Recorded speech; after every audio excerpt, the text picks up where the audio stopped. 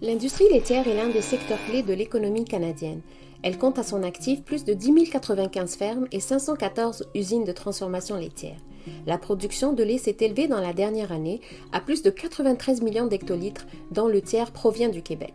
Oups, j'ai oublié de me présenter. Je m'appelle Nissani Boucher, je suis étudiante au doctorat en sciences des aliments à la Faculté des sciences, de l'agriculture et de l'alimentation de l'Université Laval. Mon projet de recherche dirigé par la Dr Julie Jean vise à étudier les biofilms du secteur laitier et à trouver des solutions efficaces pour contrôler leur présence sur les surfaces en acier inoxydable dans les usines de transformation laitière. Mais au fait, savez-vous ce qu'est un biofilm? Suivez-moi, nous allons voir ça de plus près. Les biofilms sont des micro-organismes attachés à des surfaces et enveloppés dans une matrice hydratée constituée de substances polymériques comme les protéines et les polysaccharides.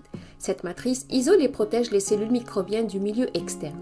Le lait cru transformé dans les usines est naturellement chargé de micro-organismes et son contact permanent avec les surfaces en acier inoxydable mène à l'accumulation de la matière organique et à la formation de biofilms. C'est pourquoi leur présence dans les usines de transformation peut réduire l'efficacité des équipements, détériorer les surfaces et contaminer les produits laitiers par des bactéries pathogènes ou d'altération, menant à des pertes économiques considérables.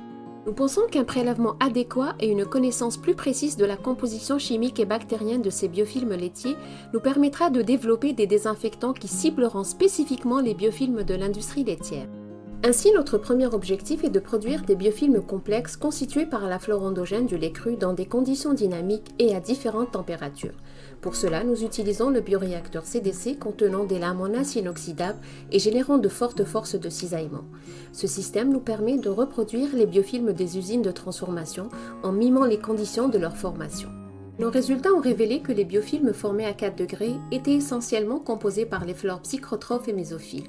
Aussi, l'identification bactérienne a démontré que le genre Pseudomonas et les coliformes sont les groupes les plus dominants dans ces biofilms. Notre projet vise également le développement d'une méthode de prélèvement adaptée à un échantillonnage en usine qui nous permettra de détacher et de récolter adéquatement les biofilms des surfaces.